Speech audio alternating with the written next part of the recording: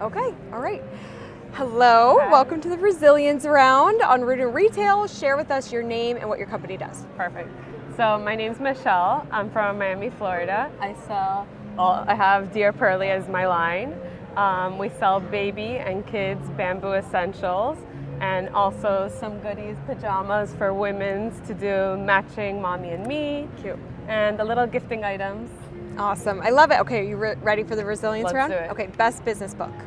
I'm not really a book person, but I spend most of my time looking at trends on Pinterest, like stalking like different illustrators, and I've always been like a very creative person, so just trying to keep up with like next fashion trends, colors, prints, things that have been done and haven't been done, and trying to think of like how to do them differently. Yeah, super cool. Okay, I love that. Yeah. So Pinterest instead of a book. That's Yes, great. for sure. Best retail technology like an app or software. Okay, so for me, because I do a lot of e-commerce, Shopify is just game changer. Yep. And then of course all the apps that are on Shopify, and like I use Klaviyo for email marketing, and I think that's huge in retail and also e-commerce. Yeah. Just following up with our customers and getting, especially to get feedback or communicate where we're going to be next and keep that relationship going. Yeah, awesome. Yeah. Love it. How do you keep up with the ever-changing retail landscape? Okay, so I like to get as much feedback as possible from my customers, whether that's independent shops or the customers online. I always try to see, what prints are working, what prints are you looking for next, what are you sick of, what do what's cool.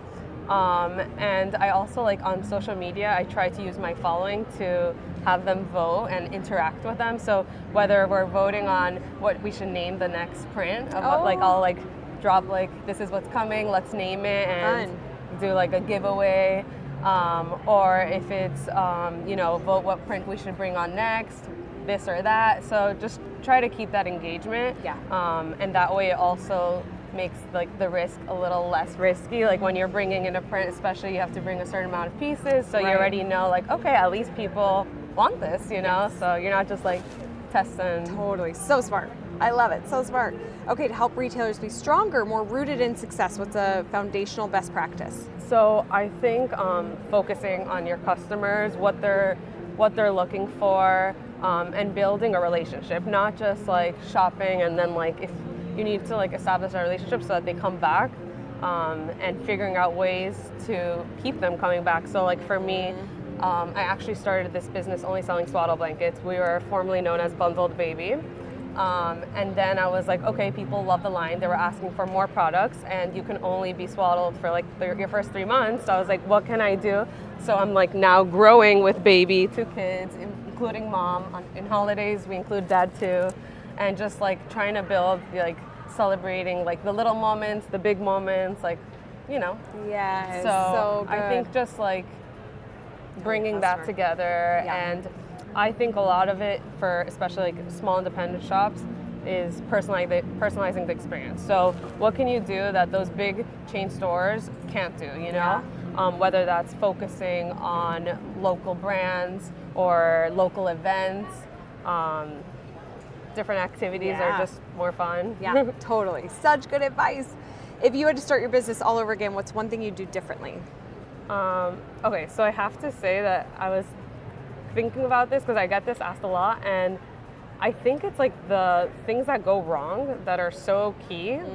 I'm so thankful for them, so I wouldn't I wouldn't go back and change them, because it you need things to go wrong to know what to focus on and to learn, and those things make you grow faster. Yeah. But one thing I would say that I would have grown faster in, and super hard, especially if you're a business owner, this is my baby, so it's really, and I love playing all the hats, and especially when you love what you do, it's really hard to delegate, and to know, okay, now it's time to delegate. So I knew it's time to delegate, and I still wasn't ready to do it, so really forcing yourself to let go of some pieces, and it's okay if that means that some things aren't as perfect as you would do it. Right. But I just feel as soon as you learn to delegate, you grow faster, and I wish I did that sooner rather than later. I so hear you. So good.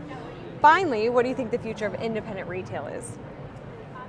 I think that it's focusing on brands like me, and building partnerships to bring that connection, and also like work on building things together. So there are a lot of insights that local independent stores have that are tailored on their local region and their neighborhood. So using us to like build and personalize products for them, whether that's even like bringing us on to do some personalization on blankets, like that's something that you won't see in Nordstrom, you know, but you Totally can true. see it in your little independent shop. Yeah. So as I said before, I think that the relationship with the customer and just like giving them the attention is the most important, because those big stores are not going to give you that attention. Right.